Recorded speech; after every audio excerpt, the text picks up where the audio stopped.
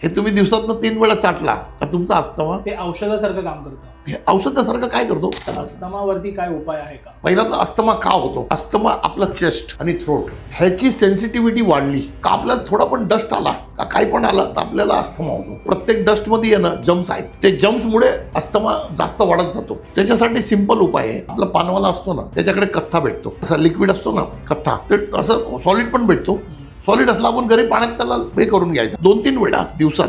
या बोट आहे ना आपला असं टाकून हे तुम्ही दिवसातनं 3 वेळा चाटला का तुमचा अस्थमा ते औषधासारखं काम करतं. हे औषधासारखं काय करतो? हे आहे ना एक तर इमिडिएट आहे ना ते जम्सला क्लिअर करतो, जम्स क्लिअर करतो. आणि हे कथा असं आहे ना का तुमची सेन्सिटिव्हिटी जे वाढलेली आहे ना ते कमी करतो, नॉर्मल घेऊन येतो. तुम्ही कधी पण बघा, जर तुम्हाला इकडे जडलेलं असेल ना आणि समजा स्किन आली नसेल तर तुम्हाला हे त्रास देतो, ह्याच्यावर पण तुम्ही कत्था लावला ना तरी ते लवकर येणार, कारण त्याचं ते वैशिष्ट्य आहे. हा व्हिडिओ आवडला असेल तर चॅनलला सबस्क्राईब करा आणि पूर्ण व्हिडिओची लिंक बायोमध्ये आहे, तिथे चेक करा.